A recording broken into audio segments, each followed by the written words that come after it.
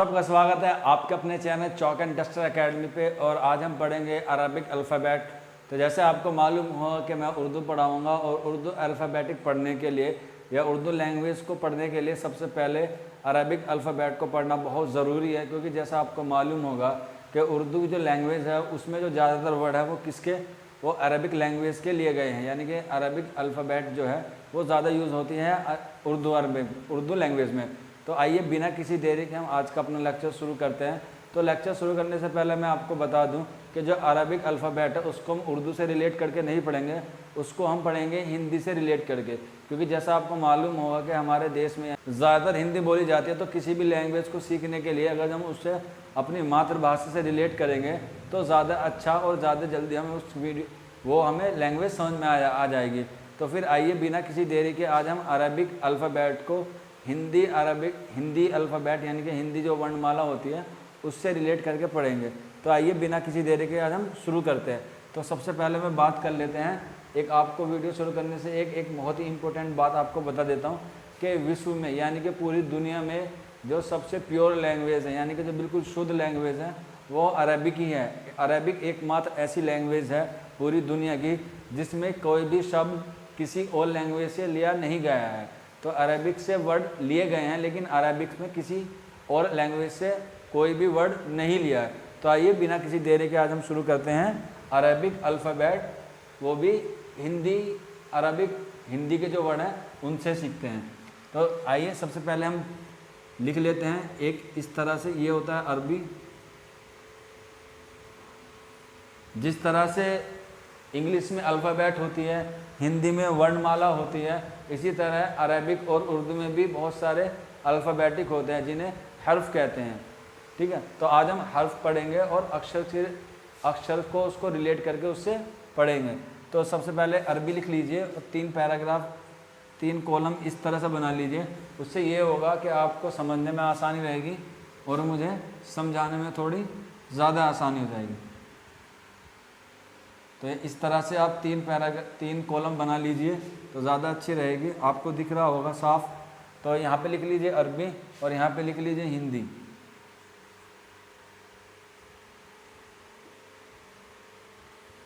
तो यहाँ पे हो गया हिंदी।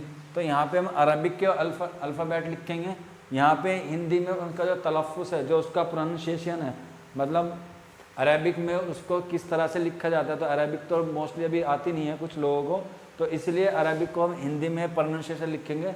और फिर अरबिक का जो वर्ड है वो हिंदी में यानी कि हिंदी की जो लैंग्वेज है, अक्षर जिसको बोलते हैं, वो किससे रिलेट करता है यानी कि उसको किसको डिनोट करेगा। तो यहाँ पे आप लिख लीजिए, उसका अर्थ लिख लीजिए, ठीक है, या फिर आप मीनिंग लिख लीजिए, दोनों सही हैं। ठीक है, कि अब बात करते हैं अरबिक अल्फ़ाबेट की। तो अरबिक अल्फ़ाबेट में सबसे पहला आता है अलिफ। ये एक डंडा है, हालांकि लोग इसे मैथ में 1 समझते हैं लेकिन ये अलिफ है। तो अब बात करेंगे हिंदी में इसको पढ़ा कैसे जाता है। तो हिंदी में इसको लिखा जाता है ऐसे, अलिफ, ते हुआ अलिफ। अब इसको हिंदी वर्णमाला में यानी कि जो हिंदी अल्फ़ाबेट है हमारी हिंदी वर्णमाला, उसमें अलिफ को किससे डिनोट करेंगे यानी कि उसको किससे दर्शाएंगे कि अलिफ, तो अगर जो मैं अरबिक में कुछ और लिखना है उसको हिंदी में किस अक्षर से शुरुआत करेंगे। तो उसको जो हिंदी में लिखा जाएगा वो लिखा जाएगा ए, यानी कि ऐसे अनार। ठीक है, अब बात करते हैं दूसरे हर्फ की। तो दूसरा हर्फ आता है बा।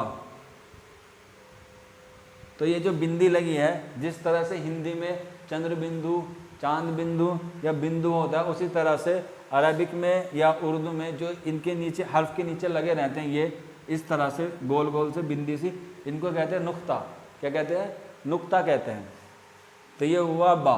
बा को इस तरह से लिखेंगे, बा। किसी बहुत सारे क्षेत्र में या बहुत सारी जगह पे इसको बे भी पढ़ा जाता है, बे, बा या बे, आप दोनों पढ़ सकते हैं, दोनों सही हैं। अब बा जो है वो हिंदी में किस अक्षर को डिनोट करेगा, मतलब बा को अगर जो हिंदी में लिखेंगे तो वो किससे दर्शाया जाएगा, तो वो लिखा जाएगा बे, यानी कि कौन सा, बे, बत्तख। हिंदी की वर्णमाला जो होती है वो तो आपने पढ़ी होगी, आज हम अरबिक सीख रहे हैं। तो अब बात करते हैं दूसरे के, अलिफ हो गया, बा हो गया, अब आता है तीसरा ता। तो इसमें कौन सा हुआ, 2 नुक्ते होते हैं, तो इसको भी इस तरह से लिख सकते हैं ता या ते, दोनों एक ही हैं। और किसको डिनोट करता है, तय, तरबूज को डिनोट करता है। ठीक है, अब बात करते हैं चौथे की, ये होता है सा। इसमें 3 नुक्ते होते हैं, इसको बोलते हैं सा या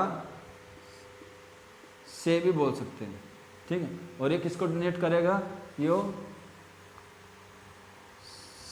से सपेरे वाला जो से होता है उसको ये डिनोट करेगा। अब बात करते हैं अगले की,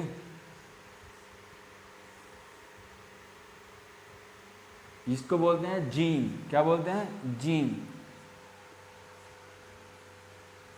ये हो गया जीम। अब जो जीम है उसको हिंदी में किससे डिनोट किया जाएगा, इससे किया जाएगा जय जहाज से डिनोट किया जाएगा। ठीक है, उम्मीद है कि आपको चमक रहा होगा और अच्छे से समझ में आ रहा होगा। तो चलिए, ये कुछ हो गए, आप इसे नोटबुक में नोट करते रहिए, क्योंकि मैं इसको साथ के साथ इसको रफ करता रहूँगा, तो जिससे आपको जल्दी जल्दी समझ में आ जाए और जल्दी जल्दी आप इसको नोट करते रहें। अब बात करते हैं अगले हर्फ की अरबी के, वो आता है हा। क्या होता है, हा। इसको भी हा कहते हैं। ये यस वाला हा नहीं है, यस माना अलग वाला हा है, ये अरबिक का हा है। और इसको हिंदी में या किससे डिनोट करेंगे, इसको है हल से डिनोट करेंगे। ठीक है, अब बात करते हैं अगले की, इसके बाद आता है खा। बस ध्यान रखना, अरबी में कुछ वर्ड जो होते हैं वो सेम होते हैं, बस उसमें नुक्ते का फ़र्क होता है। किसी में नुक्ता ऊपर लगा जाता है, किसी में नुक्ता नीचे लगता है और किसी के बीच में लगता है, यानी कि उनके दरमियान में लगा रहता है। तो जैसा आपने देख रहे होंगे, जीम के जो नुक्ता है वो बिल्कुल बीच में है और खा के नुक्ता किस पे है, ऊपर है। अब बात करते हैं खा। ठीक है, तो ये किसको डिनोट करेगा, जैसा आपको पता चल गया होगा, ये ख को डिनोट करेगा, यानी कि ख खरगोश, इसको ये डिनोट करेगा।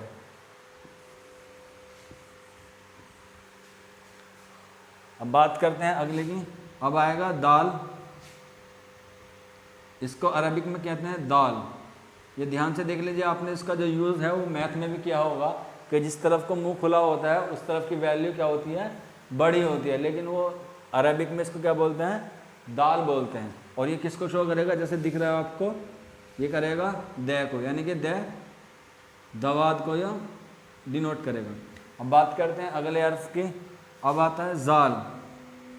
देख लिए, इसमें भी बस एक नुक्ता लगा है, दाल में कोई नुक्ता नहीं होता और जाल में एक नुक्ता होता है। हा में कोई नुक्ता नहीं है और खा में एक नुक्ता है। तो अब बात करते हैं इसको किस तरह से लिखा जाएगा, ये होगा जाल।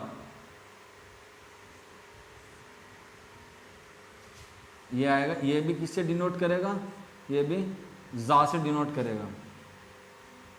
तो मैं आपको बता दूं, जिस तरीके से हिंदी में ये होते हैं, इस तरह से होते हैं, से, शे और शे, इस तरह से अरबिक में बहुत सारे वर्ड होते हैं। जैसे अभी हमने जीम को भी जा पढ़ा था और जा को भी जाल पढ़ा है, तो आने वाले जो हर्फ हैं अरबिक के, उसमें भी बहुत सारे हर्फ ऐसे होंगे जो बोलने में और लिखने में एक होंगे, लेकिन जो उनकी प्रोनाउंसिएशन है वो थोड़ी सी अलग होगी। यानी कि दिखने में और लिखने में तो सेम होंगे, लेकिन जब उनके हम प्रोनाउंसिएशन करेंगे, यानी जब उनको अदा करेंगे, या तलफ़ुज़ है, अदा करेंगे, तो उनकी जो अदायगी होगी वो अलग होगी।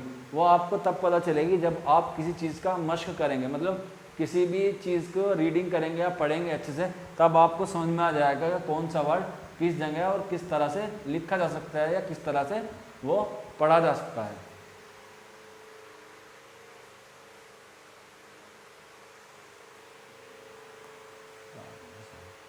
अब बात करते हैं अगले हरफ की, तो अगला हरफ आता है रा।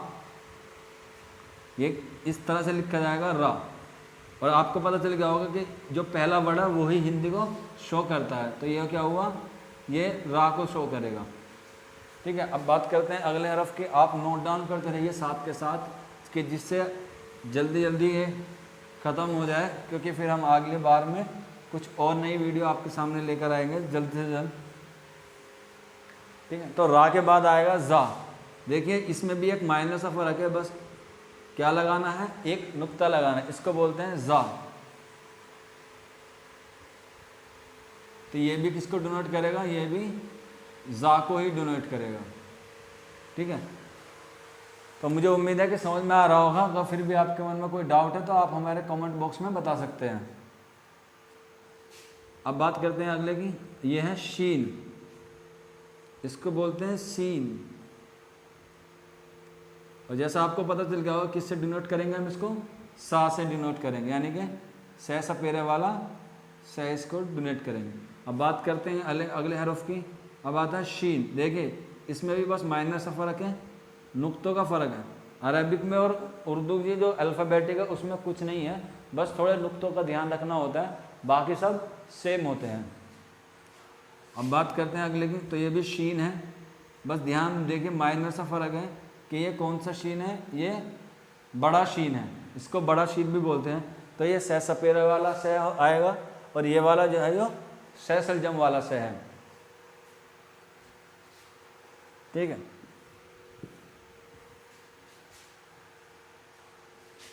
अब बात करते हैं अगले की, तो यह है सौद। क्या है, इसको बोलते हैं सौद। ये भी किसको डोनेट करेगा, ये भी सह सलजम को ही शो करेगा, यानी कि जो सह सलजम वाला सह है उसको ही शो करेगा। अब बात करते हैं अगले की, अगला है ज़ाद, इसको बोलते हैं ज़ाद। ठीक है, तो ये किसको डिनोट करेगा, ये भी जय जहाज को ही डिनोट करेगा। ठीक है, तो उम्मीद है कि आपको ये समझ में आ रहा होगा, आप इसको नोट डाउन करते रहें साथ के साथ।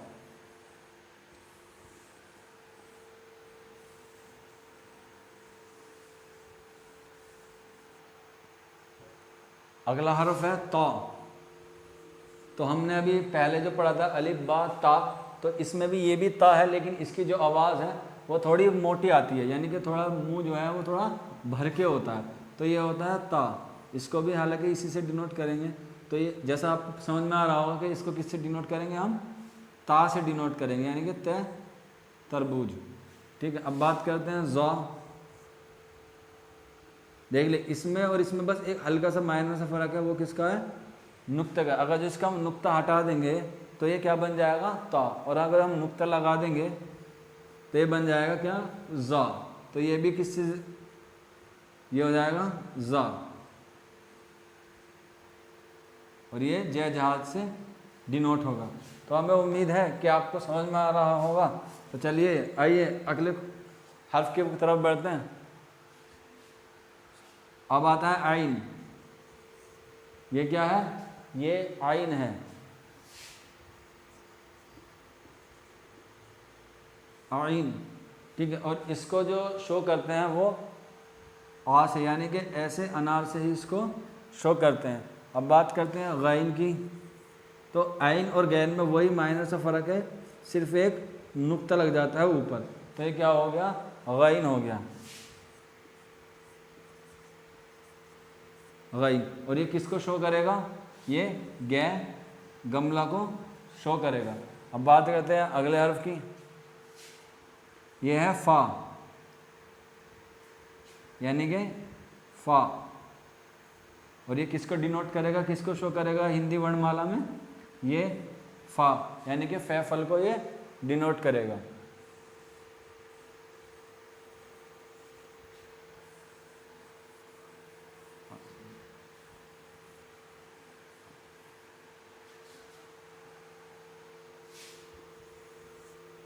इसको बोलते हैं काफ। ये क्या है, काफ। और ये किसको डिनोट करेगा, यानी कि हिंदी वर्णमाला में काफ को, यानी कि क्या, कबूतर को ये शो करेगा। अब एक छोटा काफ होता है, ये छोटा काफ है। ठीक है, इसको भी काफ ही बोलते हैं। और ये भी किसको डिनोट करेगा, क्या, कबूतर को डिनोट करेगा, बस इसमें हल्का सा फर्क है ये। ठीक है,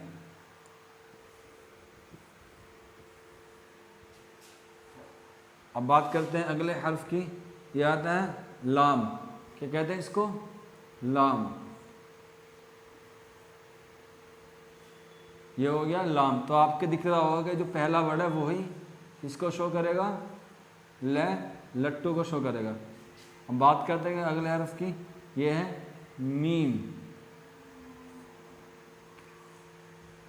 मीम, और मीम जैसा आपको दिख रहा होगा किससे डिनोट होगा, ये मैं से डिनोट होगा। तो ये हो गया मैं, यानी कि मैं मछली है ये।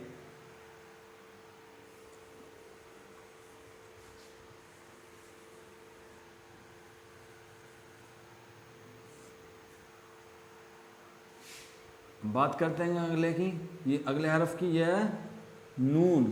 किसके, इसको क्या बोलेंगे, नून। और आपको समझ में आ गया होगा कि किससे डिनोट किया जाएगा, यानी कि किसको शो किया जाएगा हिंदी वर्णमाला में, इसको न से शो किया जाएगा, यानी कि न, नल। हम बात करते हैं वाव। ये वाव वाला वाव नहीं, एक्साइटेड वाला वाव नहीं है, अरबिक में इसको बोलते हैं वाव, वाव उ, वाव, ठीक है। और ये किसको शो करेगा, वह, वर्षा को शो करेगा, यानी कि वह। इस तरह से लिखा जाएगा।